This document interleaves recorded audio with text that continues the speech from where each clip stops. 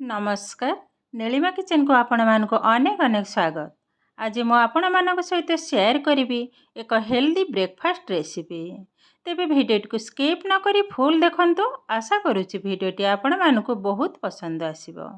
तेबे चलंतु ना आ डेरी करिबानी फटाफट आरंभ करिबा आज रही ब्रेकफास्ट रेसिपी। मु एठी देखंतु किछि गिनारे किछि डाली नेइचे। डाली नुहते चना गोटे गिनारे नहीं सोया डाली। यह मुई 2 घंटा आगु सबुजाक भिजे रखी थी।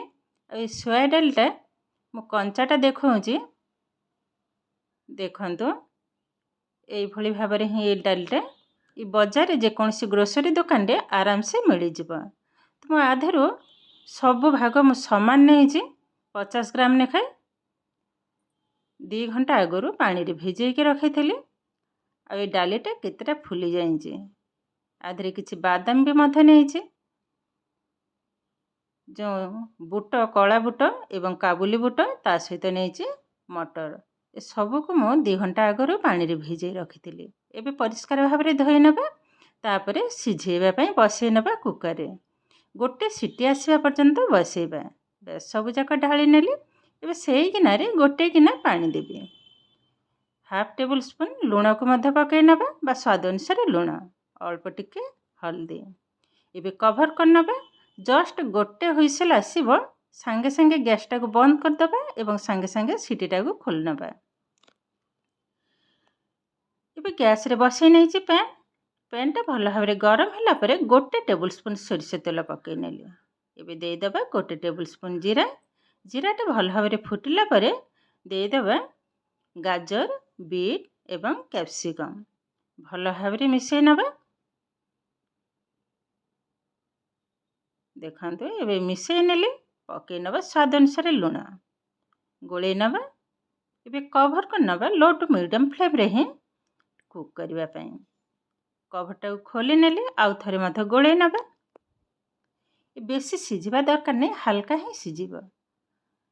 एबे पकई नबा चिली सॉस एवं टमाटो सॉस जेते चटपटा लगे भल लगे खाइबा। गोटे टमाटो छोट साइज रो टमाटो को पकई नेली भल भाव सब जाक गोले नबा। एबे सिझिकी रखिदेबा सब जाक चना डाली ताकू मध्य पकई नेली। गोटे सिझा आलू बड़ साइज रो सिझा आलू पकई नेली। एबे भल भाव सब जाक मिक्स कर नबा। ये किंतु हमर रेडी हो गलानी। जस्ट मिसवा पर्यंत अपेक्षा करिबा। देखो सब जाक गोले नेली भल भाव में। ये आमर पूरा पूरी रेडी हो गलानी। एबे आधे दे दबा चाट मसला चटपटा लगे खाइबा बेले भल लगे। गोटे चामच चाट मसला पकई नेली। एबे दे दबा गोटे चामच भजा जीरा पाउडर। बस ये किंतु आमर रेडी हो गलानी। एबे भल भाव में गोले नबा गोटे प्लेट को बाहर कर नेबी। ऑलरेडी गैस मु बंद कर सारी। बास्नाटा भी बहुत सुंदर आसुची।